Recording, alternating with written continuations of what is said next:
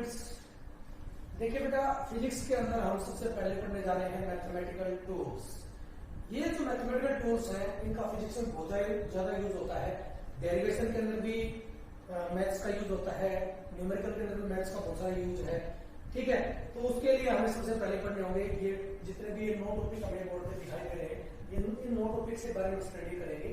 आपकी बुक को भी उठा के आप देखेंगे तो वहां पर भी एक 0 यूनिट के नाम से एक चैप्टर गिवन है पहले, जिसके अंदर भी मैथमेटिक्स के कुछ टॉपिक्स गिवन है। इन टॉपिक्स को हम बहुत ज्यादा डिटेल में तो नहीं पढ़ेंगे, लेकिन उतना जरूर पढ़ेंगे जितना हमारे फिजिक्स में यूज होगा। ठीक है, क्योंकि अगर बहुत ज्यादा पूरी तरह से इसको डिटेल में पढ़ने लग गए तो इसी में काफी दिन निकल जाएंगे और वो तो मैथमेटिक्स हो जाएगा फिर। लेकिन हम इतना ही पढ़ेंगे जितना हमारे पास यूज है। ठीक है, एक प्रकार से ये कह सकते हैं कि वी आर सेल्फिश, जितना मैथमेटिक्स का हमारे यहाँ यूज होगा 11th क्लास में 10th क्लास में उतना ही हम पढ़ने जा रहे हैं। ठीक है, तो देखिए सबसे पहला मैथमेटिकल टूल कहो या टॉपिक कहो मैथमेटिक्स का कौन सा है जिसके बारे में स्टडी करेंगे, वो है क्वाड्रेटिक इक्वेशन। बेटा ये जो टॉपिक आपको दिख रहा है ना, ये आप 9th-10th क्लास में यानी कि आई थिंक 10th क्लास में हमने पढ़ा होगा। ठीक है, इसके ऊपर बेस्ड क्वेश्चंस भी किए होंगे, लेकिन हम भी यहाँ पर इसको पढ़ेंगे। कुछ एक फॉर्मूला हम देखेंगे, कुछ एक क्वेश्चन ही सब पे हम साथ साथ देखेंगे, तो प्रैक्टिस के लिए करते चलेंगे। बाकी फिजिक्स में इसका यूज जहां जहां यूज होगा वहां पर इनका हम यूज करेंगे। ठीक है, फिर इसी तरह से दूसरा टॉपिक है sequence and series. Sequence series के अंदर आपने पढ़ा हुआ अरिथमेटिक प्रोग्रेशन, जिसको आप एपी कहते थे। ठीक है, 9th-10th क्लास में ये पढ़ा हुआ। और उसी तरह से जिस तरह से एपी होती थी आपकी, उसी तरह से ज्योमेट्रिक प्रोग्रेशन, हार्मोनिक प्रोग्रेशन, यानी कि एपी, जीपी और एचपी है, इनको भी हम स्टडी करेंगे नेक्स्ट लेक्चर के अंदर। फिर उसके बाद आएगा बायनोमियल थ्योरम। ये बहुत ही ज्यादा इंपॉर्टेंट टॉपिक है हमारे फिजिक्स के लिए, इसका बहुत ज्यादा यूज हमारी फिजिक्स में होता है। ठीक है, न्यूमेरिकल्स में भी, डेरिवेशंस में भी, तो बहुत ध्यान से पढ़ने की आवश्यकता है। फिर आता है लॉगरिथम। लॉगरिथम का यूज फिजिक्स में भी होता है, लेकिन फिजिक्स के अलावा केमिस्ट्री में इसका और भी ज्यादा यूज होता है, तो इसको ज्यादा डिटेल में हम यहाँ पर पढ़ेंगे ताकि आपको कहीं पर भी दिक्कत ना आए। ओके, फिर उसके बाद आएंगे डिटरमिनेंट्स। ठीक है, डिटरमिनेंट्स का टॉपिक में पढ़ेंगे, इसका भी काफी सारा यूज है। फिर आता है ट्रिग्नोमेट्री, ये भी आप 10th क्लास में पढ़ के आएंगे, साइन थीटा कोस थीटा वगैरह जो पढ़ते थे वो सब ट्रिग्नोमेट्री का ही पार्ट था। इससे ज्यादातर बच्चे डरते हैं, लेकिन इसको हम साधारण शब्दों में जितना हमारी फिजिक्स में यूज होगा उतना ही पढ़ेंगे, डरने की आवश्यकता नहीं है।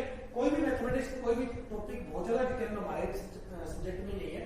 कुछ गिने चुने फॉर्मूले हैं हर टॉपिक के ऊपर, गिने चुने तरीके से हम इनका यूज करेंगे, तो डरने की आवश्यकता नहीं है, बहुत आसान शब्दों में आपको करवाएंगे। नेक्स्ट टॉपिक रहेगा उसके अलावा डिफरेंशिएशन और इंटीग्रेशन। इनको कंबाइंड रूप से बिल्कुल सीख कह सकते हैं, ये आपने अभी तक नहीं पढ़े होंगे।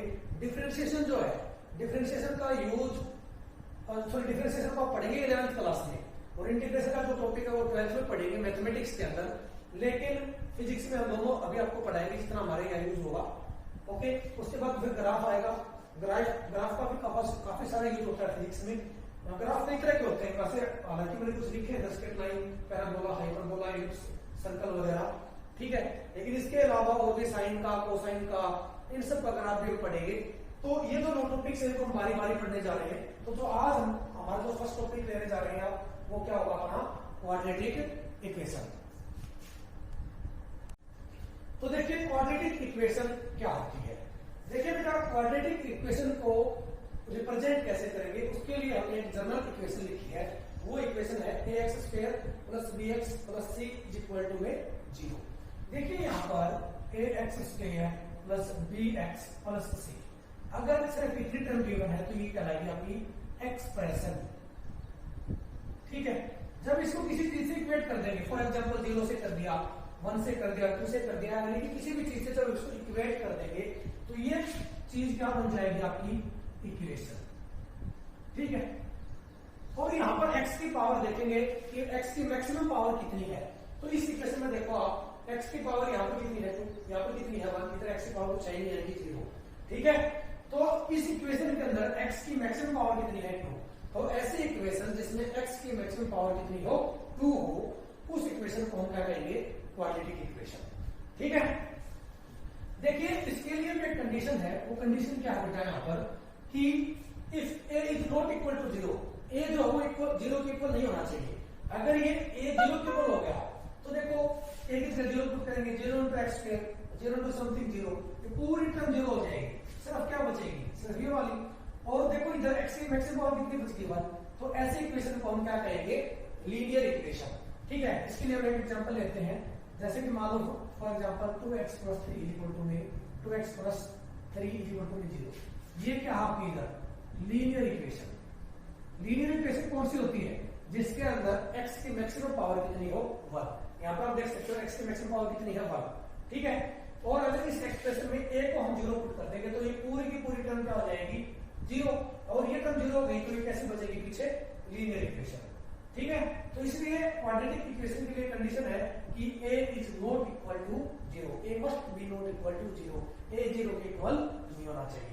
अच्छा, अब यहाँ पर देखो बेटा, लीनियर इक्वेशन है, लीनियर इक्वेशन यानी कि x की पावर कितनी है 1, तो इधर से अगर x की वैल्यू निकालें तो x की वैल्यू क्या आ जाएगी -3/2। ठीक है, अब देखिए यहाँ पर x की जितनी मैक्सिमम पावर होगी उतने ही उस इक्वेशन के रूट होंगे, उतने ही उस इक्वेशन के रिजल्ट होंगे। इधर x की मैक्सिमम पावर कितनी है 1, इधर x की पावर 1 है मैक्सिमम, तो इसका रूट भी कितना होगा 1। ठीक है, इधर लिख देता हूं, इधर ओनली हैज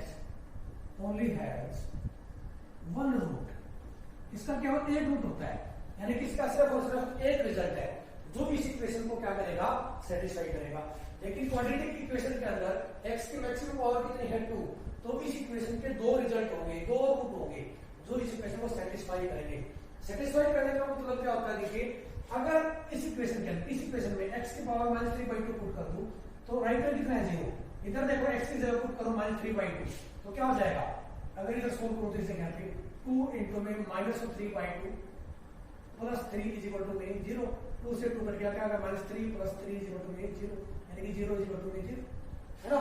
यानी कि अगर हम किसी भी इक्वेशन में x की वैल्यू पुट कर दें, यानी कि उसका रिजल्ट पुट कर दें, रूट की वैल्यू पुट कर दें, तो वो इक्वेशन राइट हैंड साइड की इक्वल हो जाएगी। ठीक है, अगर x की वैल्यू ऐसी तो आती है तो वो उसका रूट होगा, तो भाई उसका रूट नहीं होगा, वो उसका रिजल्ट नहीं होगा, रूट कह लीजिए, रिजल्ट कह लीजिए। ठीक है, इसलिए हमने यहाँ पर लिखा if a is not equal to 0, अगर a 0 के इक्वल नहीं होगा, equation is quadratic equation. Equation कैसे होगी, क्वाड्रेटिक इक्वेशन। और पहचान भी हमने जो बताई वो जो लिखी है, maximum power of x should be 2, कहता है कि x की जो मैक्सिमम पावर है वो कितनी हो सकती है, केवल 2। अगर इससे ज्यादा है तो वो क्वाड्रेटिक नहीं है, इससे कम है तो वो क्वाड्रेटिक नहीं होगी। जैसा कि हमने बताया कि किसी भी इक्वेशन के अंदर, ठीक है, किसी भी इक्वेशन के अंदर x की जितनी मैक्सिमम पावर होगी उसके उतने ही रूट होते हैं। तो इधर x की पावर कितनी है मैक्सिमम 2, तो इसे रूट भी 2 होंगे। तो हमने जब लिखा every quadratic equation has 2 roots say alpha and beta, प्रत्येक क्वाड्रेटिक इक्वेशन के 2 रूट होंगे, अल्फा एंड बीटा। हमने मान लिया कि सर एक रूट अल्फा है, एक रूट बीटा है, यानी कि सर यहाँ पर x की जगह पर अगर हम अल्फा पुट करते हैं तो ये left hand side right hand side equal हो जानी चाहिए, और अगर बीटा पुट करते हैं तो भी left hand side right hand side equal हो जानी चाहिए, तभी अल्फा और बीटा इसके रूट्स कहलाएंगे।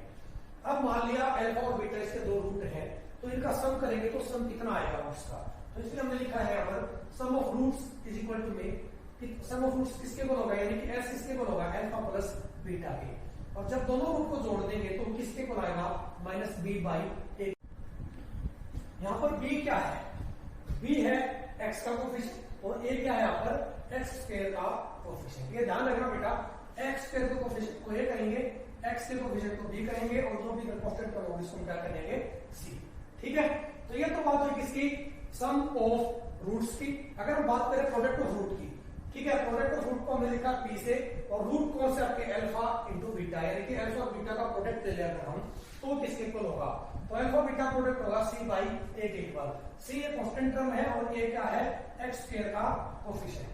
ठीक है बेटा, फिर उसके बाद बात आती है डिस्क्रिमिनेंट की। डिस्क्रिमिनेंट हम कैसे निकालेंगे, तो देखिए डिस्क्रिमिनेंट का फॉर्मूला लिखा हमने, d इक्वल टू में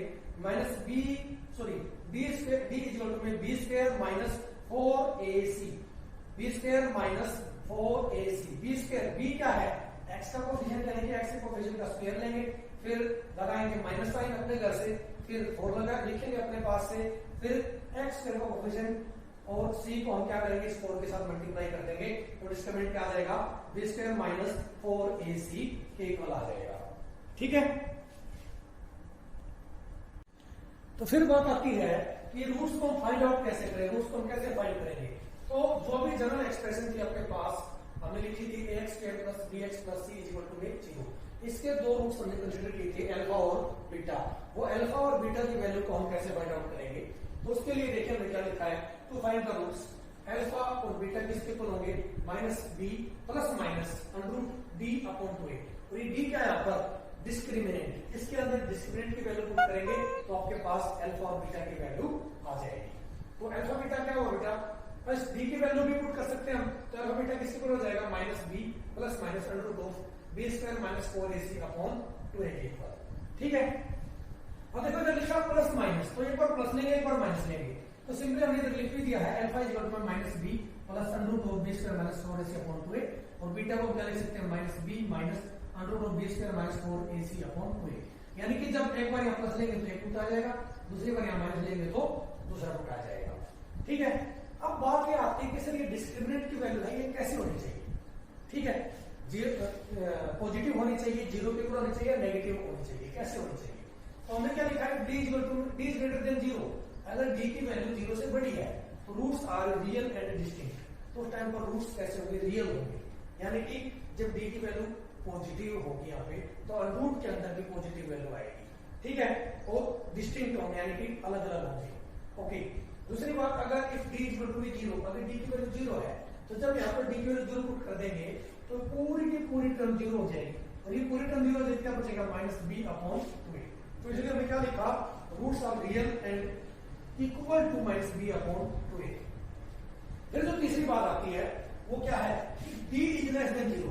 अगर d 0 से छोटा हुआ, अगर इसकी वैल्यू 0 छोटी हुई, 0 से छोटे का मतलब क्या है कि d की वैल्यू कैसी हो, नेगेटिव। जब रूट के अंदर नेगेटिव वैल्यू आ जाएगी तो उस टाइम पर उसके जो रूट्स होंगे वो कैसे होंगे, इमेजिनरी। ठीक है, यानी कि हम सिंपली कह सकते हैं कि सर ऐसी इक्वेशन का सॉल्यूशन पॉसिबल नहीं है, ऐसी किसी भी इक्वेशन का सॉल्यूशन पॉसिबल नहीं होगा।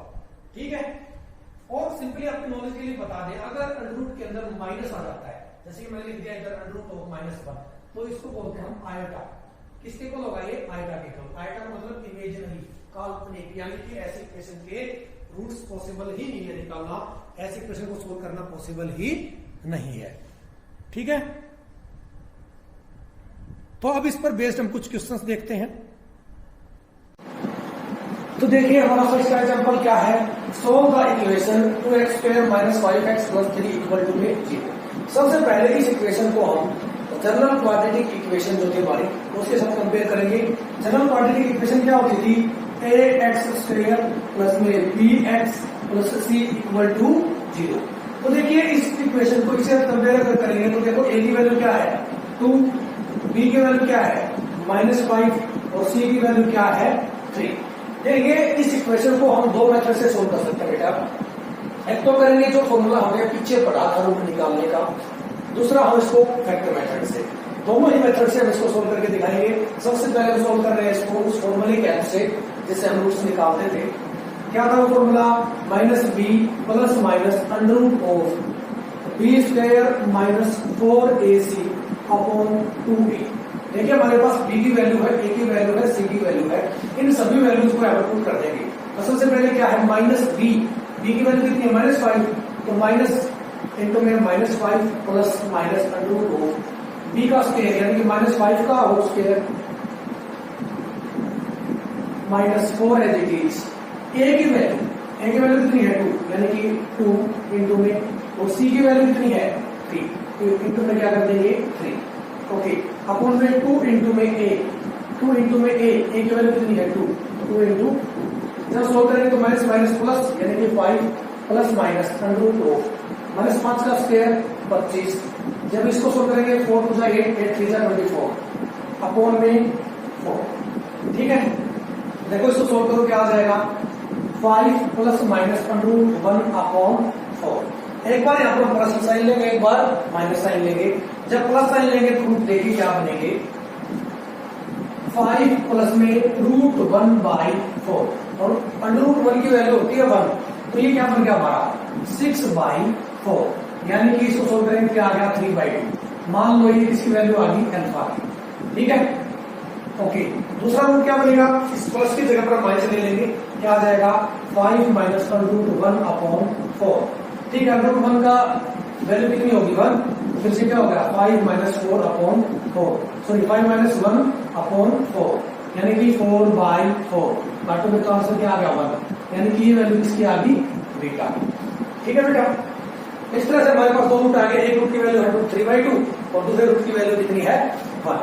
इसी क्वेश्चन को हम दूसरे मेथड से भी सोल्व कर सकते हैं, फैक्टर मेथड से भी। तो हम इसको फैक्टर मेथड से भी करके देखते हैं। यहां से अब कर रहा हूं मैं इसको, छाप लो जिसने नहीं छापा है।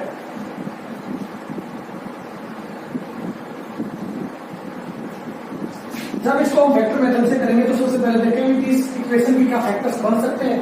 तो देखिए अगर यहाँ पर 2x² - 5x + 3 = 0, यस इसके फैक्टर्स बन सकते हैं। तो सोच करो इसको 2x² - 3x - 2x + 3 = 0 बेटा। ठीक है, यहां से देखो इस टर्म से ये जो टर्म इससे x को बना सकता है, x को निकाल तो क्या हो गया 2x - 3। ये जो टर्म बच गई इससे -1 को ले सकते हैं, तो -1 को लेने का क्या बन गया 2x - 3 = 0। क्या आ गया बेटा x - 1 × 2x - 3 = 0। इन दोनों इक्वेशंस को कंपेयर कर दें अलग अलग टाइम 0 के साथ, तो क्या होगा x - 1 = 0, तो x = 1। एक रूट हमारा फिर से वही आ गया। ठीक है, तो इसको कंपेयर करेंगे तो क्या बन जाएगा 2x - 3 = 0, तो x की वैल्यू क्या आ गई 3/2। यानी कि किसी भी मेथड से सोल्व कीजिए, किसी भी तरीके से सोल्व कीजिए, रूट्स की वैल्यू हमेशा एक जैसी आएगी। ठीक है, दूसरा हमने क्या कहा था, सर ये जो रूट्स होंगे ना ये इस इक्वेशन को सेटिस्फाई करेंगे, यानी कि left hand side right hand side के इक्वल होगी। अगर ये चीज हम यहाँ पुट करके देखें तो आप देख सकते हो, पहले हम x की वैल्यू 1 पुट कर रहे हैं। जब x की वैल्यू 1 पुट करेंगे तो इक्वेशन क्या बन जाएगी 2 × x² यानी कि 1 का स्क्वायर - 5 × x की वैल्यू फिर से कितने लेंगे 1 प्लस में 3 = 0।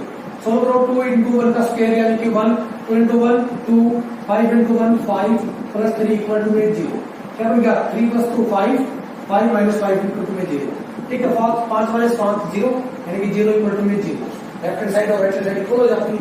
अब दूसरी वैल्यू पुट करके देखिए अगर x की 3/2 तो भी क्या इक्वेशन सेटिस्फाई करेगी। तो देखो x की जगह पर इस इक्वेशन 3/2 करो, क्या जाएगा 2 × x² और x की वैल्यू क्या है 3/2, तो 3/2 का होल स्क्वायर - 5 × 3/2 प्लस में 3 = 0। सोल्व करो 2 × 3/2 का होल स्क्वायर यानी कि 9/4 माइनस 5 × 3/2 प्लस 3 = 0। काटो 2 × 2 = 4, क्या बन गया 9/2 माइनस 15/2 प्लस 3 = 0। कुछ नहीं नीचे बनवा ले, एलसीएम ले लो, क्या आ जाएगा 9 एलजीटी माइनस 15 एलजीटी प्लस में 1 2 2 2 से 3 = 6 यानी कि 0। क्या बन गया इधर 15 - 15 0/2 = 0, यानी कि सिंपली क्या कह सकते हैं 0 = 0। ठीक है, तो क्या कर रहा है ये इक्वेशन इसको सेटिस्फाई कर रही है। तो ये दोनों जो वैल्यूज हैं x के x = 1 और x = 3/2 ये इस इक्वेशन के रूट होंगे। ये बात यहां से प्रूव हो जाती है। ठीक है, इसके बाद एक एग्जांपल और देखते हैं हम। देखिए हमारा जो सेकंड एग्जांपल है बेटा वो फिजिक्स से रिलेटेड है। मान लो अपने पास क्या है, हमारे पास कोई एक व्यक्ति है, वो किसी भी स्ट्रेट रोड के ऊपर क्या कर रहा है दौड़ रहा है। ठीक है, ये मान लो वो पर्सन है,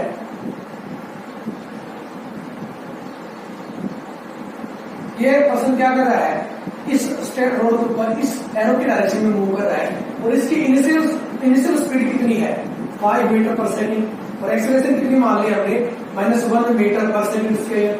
ठीक है बेटा, तो आपसे पूछा गया है कि ये ऑब्जेक्ट इस पॉइंट पर यानी कि इस पॉइंट पर तक ये जो पॉइंट है P, इस पॉइंट P तक पहुंचने में कितना समय लेता है, कितना टाइम लेता है। और मान लो इस व्यक्ति से इस पॉइंट की डिस्टेंस कितनी है 15 मीटर, यानी कि s कितना गिवन है इधर 15 मीटर। तो टाइम आपको निकालना है। तो टाइम निकालने के लिए आपको पता है इक्वेशन ऑफ मोशन हमारे ऊपर यूज करेंगे। तो सेकंड इक्वेशन ऑफ मोशन क्या कहती है s = ut प्लस में half a t square. s पता है, u पता है, a पता है, सारे वैल्यूज पुट कर दो, इक्वेशन आ जाएगी, क्वाड्रेटिक इक्वेशन बन जाएगी।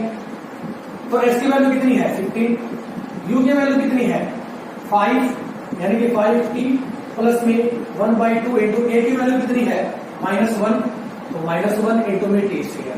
सोल्व करोगे क्या आएगा 15 में 5t माइनस 1/2 t स्क्वायर।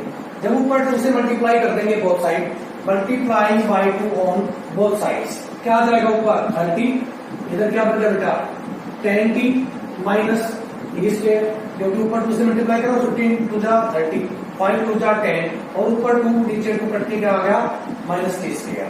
ठीक है, इस पूरी टर्म को राइट से उठा के लेफ्ट में ले आओ। इक्वेशन क्या बन गई हमारी t square minus 10t plus 30 equal to में 0। देखेंगे इसके रूट्स क्या बन सकते हैं। ठीक है, तो इस इक्वेशन को यहां लिख लूं अगर मैं तो क्या बन गया T square minus 10t plus में 30 इक्वल टू में 0। रूट निकालने के लिए जिस फॉर्मूले का यूज करते हैं अल्फा बीटा, यानी कि अल्फा बीटा निकालने के लिए किसका यूज करते हैं minus B plus minus root of B square minus 4ac by 2a। ठीक है, अब यहाँ पर सबकी वैल्यू पुट करो। बी की वैल्यू कितनी है -10, तो एक माइनस ऑलरेडी बाहर भी है, minus into -10 plus minus root of B का स्क्वायर यानी कि -10 का होल स्क्वायर प्लस में सॉरी माइनस में 4 इंटू में ए की वैल्यू कितनी है 1 इंटू सी की वैल्यू कितनी है 30 बटे में 2a 2 इंटू में 1 सब minus minus plus 10 plus minus root of 10 का स्क्वायर 100 माइनस 4 इंटू 3 30 4 इंटू 30 क्या बन गया 120 बाई में 2 क्या बन गया बेटा 10 plus minus root of minus 20 by 2। और हमने ध्यान होगा आपको क्या कहा था थोड़ी देर पहले कि अगर अंडर रूट में नेगेटिव वैल्यू आ जाती है तो उसका सॉल्यूशन पॉसिबल नहीं होगा। यानी कि यहाँ से अल्फा बीटा की वैल्यू या ऐसा कहो कि के जो रूट्स थे अल्फा और बीटा वो रूट्स यहाँ से नहीं निकल सकते, क्योंकि रूट्स कैसे आ रहे हैं इमेजिनरी, सिर्फ इमेजिन किया जा सकता है, बाकी इधर कोई रूट इसका नहीं निकलेगा, इसको हम सॉल्व नहीं कर सकते। यानी कि टाइम की वैल्यू यहाँ पर कोई भी वैल्यू नहीं आएगी। अब सवाल ये राइज होता है सर यहाँ पर टाइम की वैल्यू क्यों नहीं आ रही। ठीक है, तो देखिए क्यों नहीं आ रही। हम देखेंगे कि एक्चुअल में जब उसकी इनिशियल स्पीड इतनी थी, एक्सेलरेशन इतनी थी, तो इस स्पीड से वो कितनी दूरी तय कर सकता है। और हमने क्या कहा सर एक्सेलरेशन कैसी है नेगेटिव, एक्सेलरेशन जब नेगेटिव होगी तो कुछ दूर मूव करके रुक जाएगा, तो यानी कि उसकी फाइनल वेलोसिटी क्या हो जाएगी 0। तो देखिए अगर हम थर्ड इक्वेशन ऑफ मोशन लगा दें हम देखेंगे कि इस स्पीड से इतनी एक्सेलरेशन आपको कितनी मैक्सिमम डिस्टेंस ट्रेवल कर सकता है। तो कौन सी से करेंगे थर्ड इक्वेशन ऑफ मोशन से क्या थी हमारी B square minus U square is equal to में 2as, बी की वैल्यू 0 का स्क्वायर माइनस यू का स्क्वायर, यू की वैल्यू कितनी है बेटा 5 का स्क्वायर इज इक्वल टू में 2 इंटू ए की वैल्यू -1 इंटू में s निकालना अपने को, तो 0 का स्क्वायर 0 माइनस 5 का स्क्वायर 25 माइनस 2 इंटू में s। ठीक है, इस माइनस 2 को माइनस से माइनस कर दिया, इस 2 को जब लिया तो s की वैल्यू कितनी आ गई 12.5 मीटर। देखिए बेटा वो जब यहां से चलेगा तो मैक्सिमम कितनी दूरी तय कर सकता है वो 12.5 मीटर। और हमसे पूछा क्या गया है 15 मीटर जाने में कितना समय लगेगा। अरे 15 मीटर पहुंचेगा ही नहीं, जब 15 मीटर जा ही नहीं पाएगा तो उसका हम टाइम कैसे निकाल सकते हैं। तो इसलिए हम क्या कहेंगे time can not be predictable, यहाँ पर टाइम को फाइंड आउट नहीं कर सकते। ठीक है बेटा, तो ये था हमारा सेकंड एग्जाम्पल। आज का टॉपिक यही खत्म होता है, बाकी हम नेक्स्ट लेक्चर में करेंगे। इसके प्रैक्टिस के लिए मैं आपको कुछ क्वेश्चन व्हाट्सएप कर रहा हूँ। Thank you very much.